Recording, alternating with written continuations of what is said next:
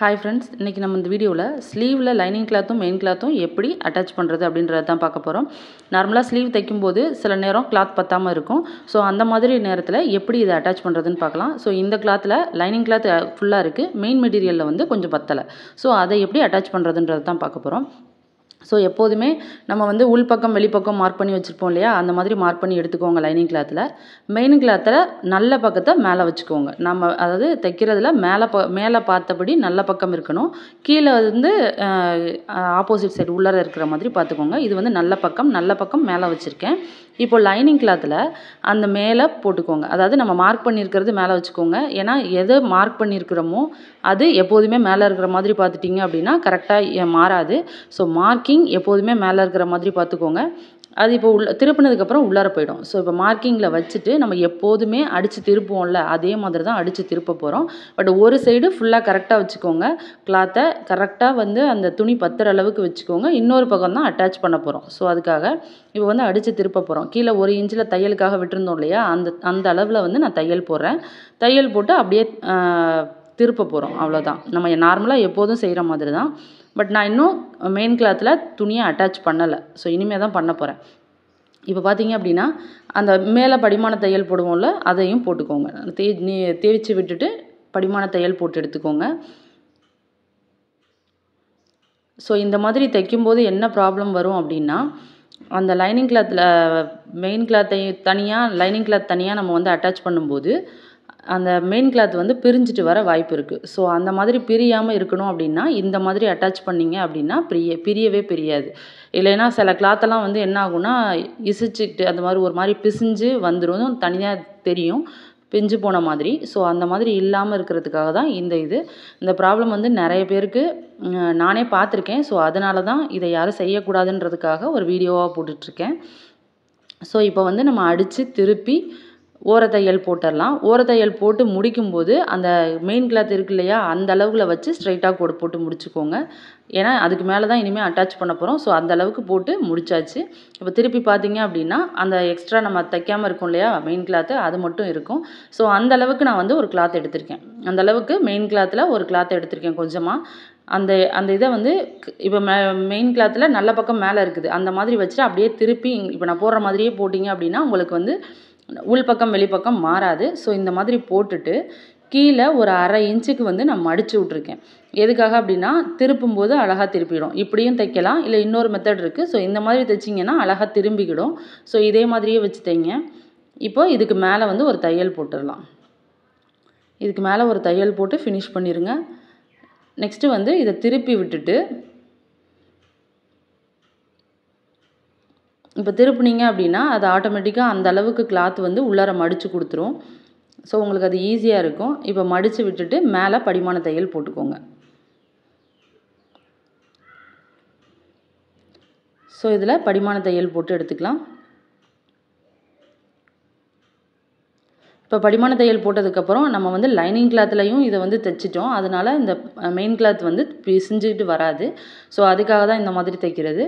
இப்போது நம்ம ஓரத்தையல் போடுவோம் இல்லையா மெயின் கிளாத்தில் லைனிங் கிளாத்தில், அந்த மாதிரி ஓரத்தையல் ஃபுல்லாக போட்டு எடுத்துடலாம். ஸோ ஓரத்தையல் போட்டு இதை ஃபினிஷ் பண்ணிடலாம். ஸோ இப்போது ஸ்லீவ் ரெடி ஆயிடுச்சு.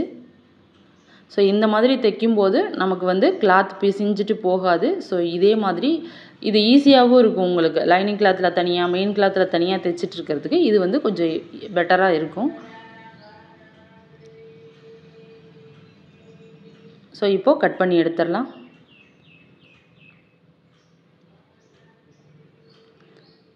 ஸோ இப்போ ஒரு பக்கம் ஸ்லீவு கட் பண்ணி எடுத்தாச்சு. இதே மாதிரி இன்னொரு ஸ்லீவையும் நான் தைச்சி எடுக்கிறேன் பாருங்கள். இன்னொரு ஸ்லீவ் தைக்கும்போது பார்த்தீங்க அப்படின்னா நல்லாவே உங்களுக்கு புரியும். அதுக்காக தான் 2 ஸ்லீவையுமே நான் போட்டிருக்கேன்.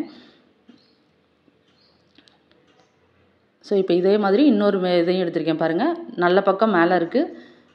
இதுலேயும் மார்க்கிங் மேலே வச்சுருக்கேன். அதாவது மார்க்கிங் மேலே வச்சிங்க அப்படின்னா 2லையுமே மார்க்கிங் மேலே வைங்க.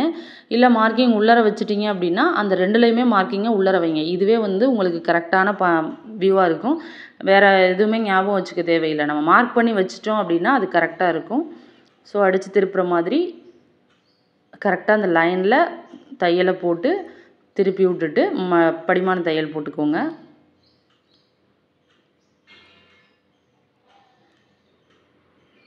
ஸோ படிமான தையல் போட்டு அப்படியே திருப்பி விட்ருங்க.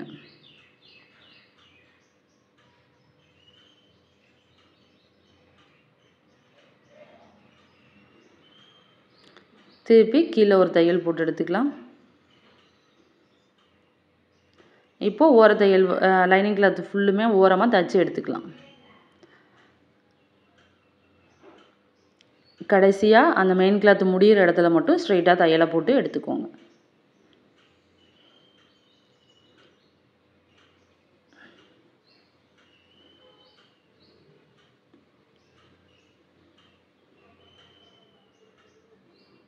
ஸோ இப்போ இந்த இடத்துல ஸ்டாப் பண்ணி இதே மாதிரி ஓரமாக அந்த ஸ்ட்ரைட்டாக ஒரு லைனில் தையலை போட்டு எடுத்தாச்சு. இப்போ இதுலேயும் மெயின் மெட்டீரியல் அட்டாச் பண்ண போகிறோம். இப்போ கீழே பார்த்தீங்க அப்படின்னா அந்த கொஞ்சம் தூரத்துக்கு மெயின் மெட்டீரியல் இல்லை, அதுலேயும் அதே மாதிரி தான் ஏற்கனவே அட்டாச் பண்ண மாதிரியே அட்டாச் பண்ண போகிறோம். இப்போ பார்த்தீங்க அப்படின்னா இதுலேயும் அந்த பார்டர் இருக்கிற மாதிரி தான் வச்சுருக்கேன்.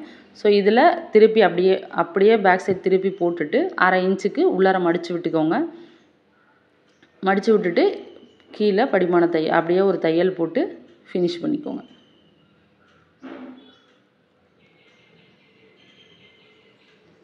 இப்போ திருப்பி விட்டு படிமான தையல் போட்டுக்கோங்க.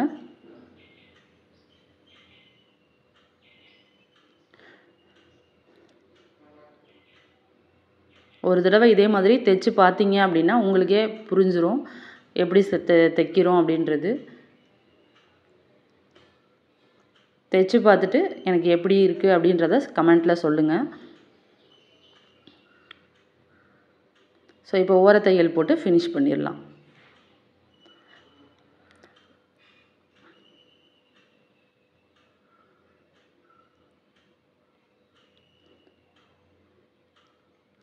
ஸோ இந்த ஸ்லீவையும் கட் பண்ணி எடுத்துடலாம். இப்போ 2 ஸ்லீவ் தைக்கும் போதும் பார்த்துருப்பீங்க எப்படி இருக்குது அப்படின்ட்டு.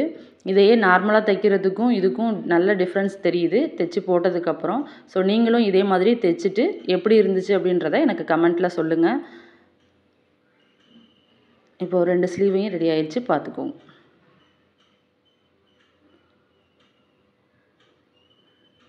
எந்த ஒரு பிசுறும் இல்லாமல் 2 ஸ்லீவுமே கரெக்டாக அட்டாச் பண்ணி எடுத்தாச்சு. So thanks for watching.